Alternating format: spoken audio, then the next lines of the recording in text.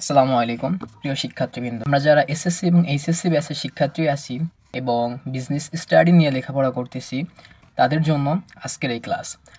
আমাদের যাদের হিসাব বিজ্ঞান সাবজেক্ট আছে এবং এই সাবজেক্টে আমরা যারা অনেক দুর্বল, তারা অবশ্যই ক্লাসগুলো খুব সুন্দরভাবে দেখব। আমরা হিসাব বিজ্ঞানের গুরুত্বপূর্ণ একটি বিষয় জাবেদা নিয়ে আলোচনা করতেছি। আমরা গত ক্লাসগুলোতে জাবেদার গুরুত্বপূর্ণ দুটা টপিকস বা দুটা লেনদেন, একটা হচ্ছে নগদান হিসাব এবং একটা হচ্ছে ব্যাংক হিসাব, আমরা এই দুইটা বিষয় সম্পর্কে গত ক্লাসগুলোতে আলোচনা করেছি। আজকে আমাদের আলোচনার বিষয় হচ্ছে ক্রয় হিসাব। ক্রয় হিসাব একটি লেনদেন যেটা জাবেদাতে সবথেকে গুরুত্বপূর্ণ ভূমিকা পালন করে। যেমন কখন ক্রয় হিসাব ডেবিট এবং কখন ক্রয় হিসাব ক্রেডিট হয়। আমরা জানি যে ক্রয় হিসাব মানেই হচ্ছে ডেবিট। ক্রয় হিসাব সবসময়ের জন্য ডেবিটেই বসে। দুই একটা ক্ষেত্রে যেটা ব্যতিক্রম নিয়ম, দুই একটা জায়গায় বাদে প্রায় লেনদেনের 90% ক্ষেত্রে ক্রয় হিসাব ডেবিটে বসে। তো ক্রয় হিসাবটা কখন আসে? যেমন মনে করো আমরা নিয়ম আজকে 5 দেখি। 5 নম্বর নিয়মে বলা হচ্ছে যে লেনদেনে মাল ক্রয়, পণ্য ক্রয়, শুধু ক্রয় থাকলে ক্রয় হিসাব ডেবিট, অন্য হিসাব ক্রেডিট। কি বলতেছে? যে লেনদেনে মাল ক্রয়, পণ্য ক্রয়, শুধু ক্রয়, এই তিনটা শব্দ যদি থাকে, যেমন মাল ক্রয়, পণ্য ক্রয়, শুধু ক্রয়, তাহলে আমাদের ক্রয় হিসাব ডেবিট এবং অন্য হিসাব ক্রেডিট হবে। যেমন আমরা একটা উদাহরণ দিই যে নগদে পণ্য ক্রয়। দেখো এখানে আছে কি? পণ্য ক্রয়। আমরা অবশ্যই নিয়মে দেখছি যে মাল ক্রয়, পণ্য ক্রয়, শুধু ক্রয় থাকলে ক্রয় হিসাব ডেবিট। তাহলে যেহেতু জাবেদায় উল্লেখ করে দিয়েছে যে নগদে পণ্য ক্রয়, তাহলে আমাদের জাবেদা হবে ক্রয় হিসাব ডেবিট এবং নগদান হিসাব ক্রেডিট। যেহেতু আমরা পণ্য ক্রয় করছি, আর একটা জিনিস মনে রাখবা যে পণ্য যেহেতু ক্রয় করা হলে ক্রয় শব্দটা যদি থাকে, তাহলে ক্রয় আমাদের সবসময়ের জন্য ডেবিটে বসবে এবং এর বিপরীতে অর্থাৎ আমরা ক্রয়টা যার মাধ্যম দিয়ে করব সেটা ক্রেডিট হবে। যেহেতু আমরা এখানে নগদ টাকা দিয়ে পণ্য ক্রয় করছি, সুতরাং নগদান হিসাব ক্রেডিট হয়েছে। একটা নোট আমাদের মনে রাখতে হবে যে লেনদেনটি যদি বাকিতে হয়, অর্থাৎ ক্রয় যদি বাকিতে করা হয়, তাহলে এর জাবেদাটা অন্য হবে। কেমন? যেমন মনে করো যে পণ্য ক্রয় করা হয়েছে কিন্তু বাকিতে পণ্য ক্রয় করা আছে, এর জাবেদা কী হবে? ক্রয় হিসাব ডেবিট এবং পাওনাদার হিসাব ক্রেডিট। মনে রাখতে হবে যে লেনদেনটা যদি বাকিতে হয়, অর্থাৎ ক্রয় যদি বাকিতে করা হয়, তাহলে হবে ক্রয় হিসাব ডেবিট এবং পাওনাদার হিসাব ক্রেডিট। পাওনাদার কি? আমরা গত ক্লাসে এক জায়গায় বলছিলাম যে পাওনাদার হচ্ছে দায়, অর্থাৎ কেউ আমার সাথে কিছু পাবে তাকে পাওনাদার বলা হয়। যেহেতু আমরা পণ্যটা বাকিতে ক্রয় করব, সেহেতু আমার কি হচ্ছে, আমি যেহেতু একটা পণ্য ক্রয় করতেছি কিন্তু দোকানদারকে আমরা কোনো টাকা পরিশোধ করতেছি না, সুতরাং সেটা হচ্ছে বাকিতে ক্রয় এবং আমার টাকাটা পাওনা থাকলো, অর্থাৎ আমার সাথে দোকানদার টাকাটা পাবে। এজন্য এটা হবে কি? ক্রয় হিসাব ডেবিট এবং পাওনাদার হিসাব ক্রেডিট। যেমন একটা উদাহরণ দেওয়া যেতে পারে, এতে পণ্য ক্রয় 2000 টাকা, অর্থাৎ আমি 2000 টাকার পণ্য ক্রয় করছি কিন্তু টাকাটা পরিশোধ করিনি, ক্রয়টা আমি বাকিতে করেছি। তাহলে এর জাবেদা হবে ক্রয় হিসাব ডেবিট এবং পাওনাদার হিসাব ক্রেডিট।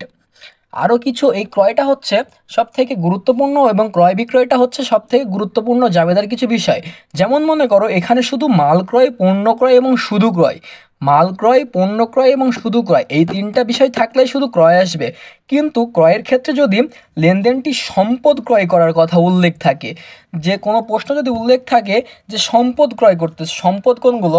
যেগুলো আমার কাছে 1 বছরের অধিক সময় ব্যবহারযোগ্য, বা একটা জিনিস ক্রয়ের মাধ্যমে সেই জিনিসটা দিয়ে আমি একাধিকবার সুযোগ বা একাধিকভাবে তার যে সুযোগ সুবিধা আছে সেটা আমরা গ্রহণ করতে পারবো।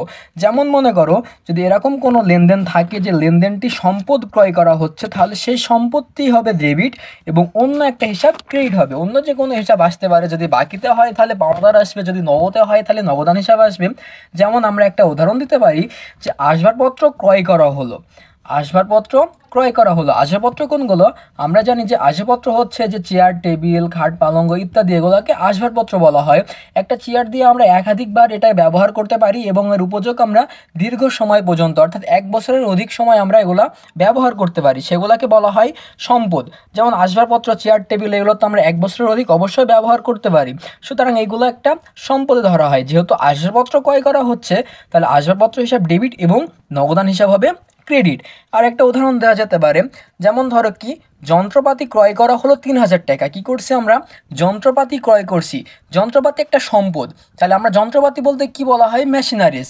যেমন মনে করো বিভিন্ন ধরনের মেশিন, একটা মেশিন যদি একবার ক্রয় করা হয় তার সুবিধাটা প্রায় দীর্ঘ সময় পর্যন্ত আমরা সেই সুবিধাটা গ্রহণ করি। আমরা যন্ত্রপাতি যেহেতু ক্রয় করছি, সুতরাং যন্ত্রপাতি একটি সম্পদ। আমাদের অবশ্যই মনে রাখতে হবে যে সম্পদ যদি ক্রয় করা হয় তাহলে সম্পদটি ডেবিট হবে। যেহেতু এখানে যন্ত্রপাতি একটি সম্পদ, যন্ত্রপাতি ক্রয় করা হয়েছে, সুতরাং যন্ত্রপাতি হিসাব ডেবিট। এবং যেহেতু আমরা এটা নগদে ক্রয় করছি, আমার কাছ থেকে নগদ অর্থ চলে গেছে, সুতরাং নগদান হিসাব ক্রেডিট। কিন্তু এখন যদি সম্পদটি ধারে বা বাকিতে ক্রয় করা হয়, সম্পদটা যদি ধারে বা বাকিতে ক্রয় করা হয়, তাহলে সম্পদ হিসাবটি ডেবিট হবে।